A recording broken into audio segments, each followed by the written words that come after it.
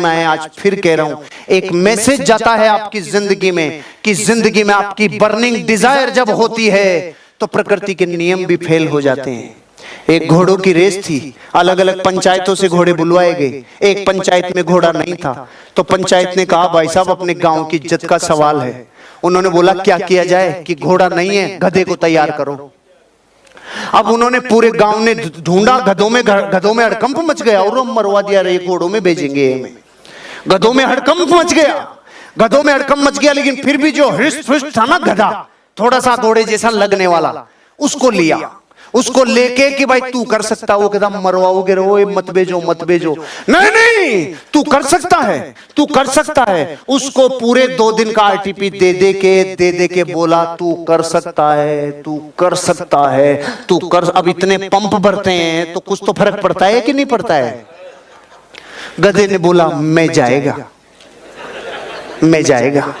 गांव की इज्जत के लिए मैं जाएगा, रेस में जाएगा, पंचायत की इज्जत के लिए पूरा लुट जाएगा, लेकिन मैं जाएगा। ओके, सरपंच तैयार, सारी टीम तैयार, और गधे को लाके खड़ा कर दिया रेसिंग की लाइन पे, और गधा बिल्कुल रेडी। लेफ्ट में देखा घोड़े, अरे बारे मर गए रे, राइट में मर गए रे, बारे कांपने लग गए पांव। अब गधा वहां तो ठीक था, लेकिन घोड़ों में पहुंचने के बाद तो फर्क पड़ता है ना, कांप रहा है, टांगे कांप रही है, और विसिल बजने वाली है। और विसिल बजने के 5 सेकंड पहले वो हुआ जिसने प्रकृति के नियम ही बदल दिए।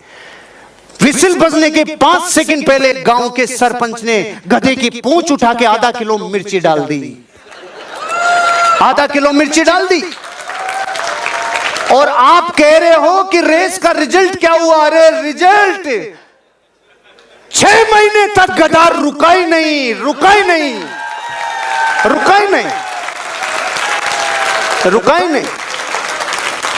5-6 रेस और हो गई 6 महीने में, वो रुका ही नहीं। क्यों? जिसके आग लग रही होती है ना, आग, वो नहीं रुक सकता। एक गधा भी घोड़ों को हरा सकता है जब डिजायर अपनी तड़प पे होती है। इस कहानी का मैसेज ये है, अगर जिंदगी में आप भी कुछ कर गुजरना चाहते हो, अपनी डिजायर को थोड़ा होले होले अब थोड़ा सा आंच देना चालू करो। अब सुनो कहानी व्यापारी की। अकबर के राज्य में एक दिन पूरी तरीके से खजाना खाली हो गया। अकबर के राज्य का खजाना खाली हो गया तो अकबर ने किसको बुलाता? ऐसे बुरे वक्त में किसको बुलाता अकबर? बीरबल को बुलाया और पूछा, बीरबल खजाना खाली हो गया, बता क्या करना चाहिए? बीरबल ने बोला, साहब इस राज्य का एक व्यापारी है, वो ही मदद करेगा अब तो बुरे वक्त में, और कोई नहीं कर सकता। उस व्यापारी को बुलाया, व्यापारी से बोला मदद करोगे? हाँ साहब करूंगा। खजाना खोल दिया व्यापारी ने अपना। पूछा तेरे पास इतना रुपया कहां से आया रे, इतना सामान कहां से आया रे? कि कुछ नहीं साहब, मैं टैक्स को चोरी करना जानता हूँ, कैसे कैसे चोरी होता है टैक्स। मैंने आप ही के जितने टैक्स थे ना, उन्हीं में से सब बचा बचू के इतना सामान इकट्ठा कर लिया। अकबर का दिमाग खराब हो गया, टैक्स चोरी करता है। सामान तो ले लिया, इसको अपने हस्तबल में नौकरी कराओ। घोड़ों का हस्तबल है ना, वहां इसको घोड़ों की लीद उठवाओ। देखो प्रकृति, उसने सब दे दिया और इतना सच्चा बोल गया, और परिणाम क्या मिला? अस्तबल। किसी को कंप्लेन नहीं, किसी से कुछ नहीं बोला, उसने संभावनाएं खोजना चालू की। अब क्या संभावना है? क्योंकि व्यापारी असली डीएनए होता है ना, व्यापारी वो संभावना खोजता है। अब उसका क्या काम था? घोड़ों की लीद उठाने का काम। 6 महीने बाद अकबर का खजाना फिर खाली। खजाना खाली, किसको बुलाता? बीरबल को बोला, भाई अब क्या करें, खजाना फिर खाली हो गया। बीरबल ने बोला, उसी को बुलाना पड़ेगा। अरे कि उसके पास अब क्या सामान बचा है, वो तो अपने घोड़ों की लीद उठाता है। कि नहीं, वो व्यापारी है, उसको बुलाओ, मदद वो ही करेगा और कोई कर ही नहीं सकता। उसको वापस बुलाया, भाई खजाना खाली हो गया, कोई मदद कर सकता है? हाँ साहब लो, पहले से ज्यादा लो। अकबर ने बोला, अब की बार कहां से लाया रे तू?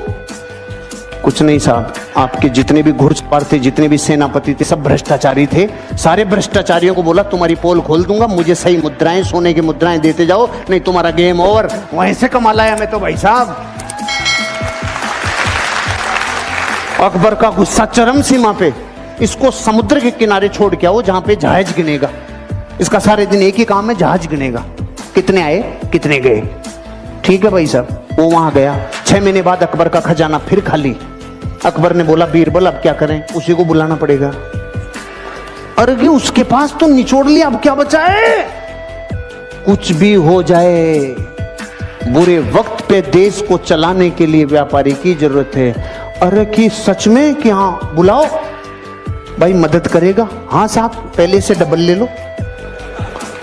अरे अब की बार कहां से लाया कि जहाज में जितने लोग आते थे, लोग इधर उधर का माल उधर उधर करते थे, सबको कह दिया राजा ने मेरी ड्यूटियां लगाई है, टाइम पे टेक दे दो, टाइम पे सामान दे दो, सारे जहाजों के ऊपर तुम्हारे ऊपर ड्यूटी लगा दूंगा, नहीं तो वहां से कमाल आया।